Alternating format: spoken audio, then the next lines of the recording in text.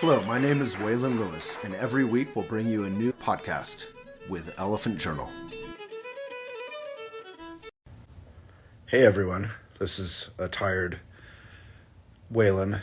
I wanted to reconnect and kind of connect a few dots. So the first dot is that my lovely, loving, powerful, beautiful wife and I had our first child together 6 days ago, and she's a healthy baby girl, Willa Goodall Lewis, named after Willa Cather and Jane Goodall. And we're just so grateful and so happy that she's healthy. She came out on the light side. She's been eating, nourishing herself thanks to mom and all the good food from mom, voraciously. She's already put on weight. She never lost more weight, which is, the pediatrician had to weigh her twice. She was so stunned that she was already gaining weight. So that's all good so far. And we have grandma here helping out now, and my dog Winfield has been a protective big brother doggy wolf with the baby, very interested in the baby. And Leo, Kelsey's son from a prior marriage, is just a beautiful, happy, fun big brother. So happy there. I was thinking and talking about with Kelsey that, our baby Willa will live until, if it's an average lifespan, and she is so lucky, which I, with all my heart, hope she is, that she will live to at least the next century. And, so I wanted to connect a few dots that this morning I'm reading that Donald Trump is gutting the Clean Water Act, protections for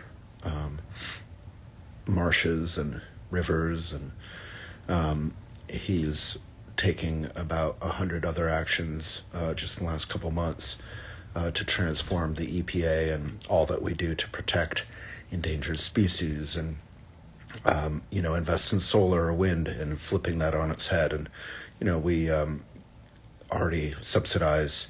People who like to criticize socialism would be surprised how much we subsidize fossil fuels, which is an industry that's been around for more than 100 years, well over. So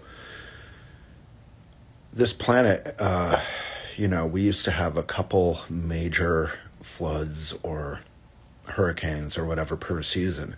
Now we're having, billions and billions and billions and billions of dollars of damages rapidly. You can look at the charts. It's like this or like this, depending on the perspective. So we need a habitable planet for Willa and all our children to live on. I know we know this, but we don't really act like it.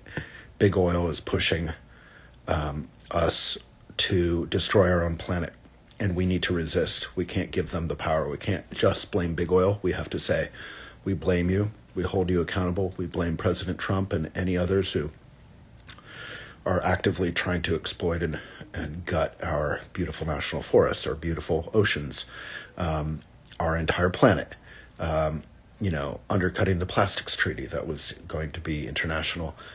But we also need to resist. We need to not support Amazon. We need to not support plastic, which is made out of oil.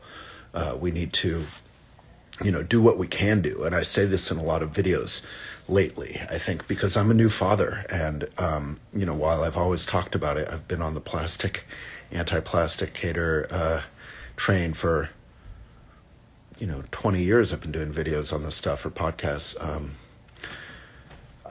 I hope it gets through. I hope this is no longer just regarded as a hippie kind of weird cause. Buy secondhand, buy organic, and try to, in terms of activism, go to protests, vote. Voting is endangered right now. We need to show up. And then there's the thing of overwhelm. You can get lost on social media looking at crazy videos, some of which are great. My biggest advice there, people ask me all the time, is really just pay attention to journalism. Forget all the partisanship. Martin Luther King Jr. talked about active love. love isn't enough, caring isn't enough, if we're kind of protecting ourselves and hiding from the news, we need to pay attention to the news, but maybe just good journalism, PBS or NPR, or whatever it is, but not this partisan stuff. And then, yeah, I mean, Trump has decimated the tourism industry to the U.S. The economy is in shambles. His popularity is all-time low.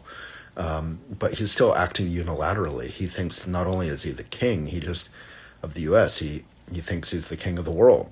He just ordered that Venezuela's airspace be cleared in preparation possibly for a land war, which is what he talked about, that land is easier. No president has the power to order another airspace clear. Then this is an act of war and should go through Congress. This isn't just a fly-by-night bombing or something. This is serious stuff, and it's distraction from Epstein and the fact that he's a con man, pedophile, all that stuff, allegedly, we have to say. But I just want to reemphasize that we have the power to selectively, mindfully pay attention, not overwhelm ourselves, devote ourselves to family and community and our home sweet home and our work and caring for ourselves, taking a bath, reading a good book, and at the same time pay attention to good journalism and be active in our daily life. Reject plastic bags. Take your tote bag. You probably have 100 cloth tote bags. Most of us do at this point. Buy secondhand from Marketplace, or better yet, local antique or vintage or thrift shops. Do the work of being a good, mindful human, and we can resist. We're seeing that in the elections thus far. I just saw that Senator Cory Booker, who's been on this show right here, he's vegan. He's always talking about active love. He just got married. So any of us who are making bonds of marriage or having children, as I said in my comment on Cory Booker's beautiful post, I said, thank you for your example of caring actively. And, may we be kind to one another. May we protect our planet. May we protect democracy. Democracy is such a privilege. I remember growing up in the U.S. during the Reagan era, and despite what was happening, feeling so grateful I was here. I think it's been probably 10 years since I still feel grateful I'm here. I love America, and my patriotism is founded on love, not hate. But it's been at least 10 years since I felt like, wow, America is the greatest country on the earth. Ironically, the Make America Great Again thing is gutting America. And, you look to Denmark or, Switzerland or Sweden or whatever, and you're like, there's a functioning country. They have healthcare. They take care of new mothers and families. They have amazing trains. They protect all people, rights to marriage. Trump is actively gutting or decimating the institutions that, whether it's arts and culture or food pantries, that support culture and society and are most vulnerable. We know all this, but we have to, because the Democrats have been voted out across the board in the three branches of government. It's on us. We have judges who are, sometimes standing up for democracy, sometimes not. We have us. And then we have journalism, which is, CBS, which has taken over and is now MAGA. CBS, the former home of Edward R. Murrow, one of my all-time heroes. So, we have to, in our daily life, be environmentalists, be activists, and also be Buddhist in the sense, not religiously, but in the sense that we're being kind to ourselves, but at the same time we're being brave. Brene Brown kind of stuff. So if you take anything from this, I would say be kind to yourself, go take a bath, read a Pema Chodron book. Pema Chodron, Pemachudron. Ideally read Elephant, support our work. Substack, etc. is funded by big tech, and platforms hate speech and extremists. I am not a fan of anyone who would do that.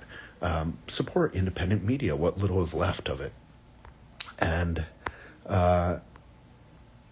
good luck to us all, women especially. And immigrants and minorities. I mean, basically any sort of subset of people who Trump doesn't want to, I don't know how to say this in a constructive way, but if he feels like he can take advantage or blame any group of people, he will. So, big love. I have a new baby girl, Willa, good old Lewis, and we are so happy. But caring about a baby is not enough. We have to care about the world that the baby is going to get to live in. So let's all care about that world. And please be of benefit daily. Thank you so much, and big love to all of you.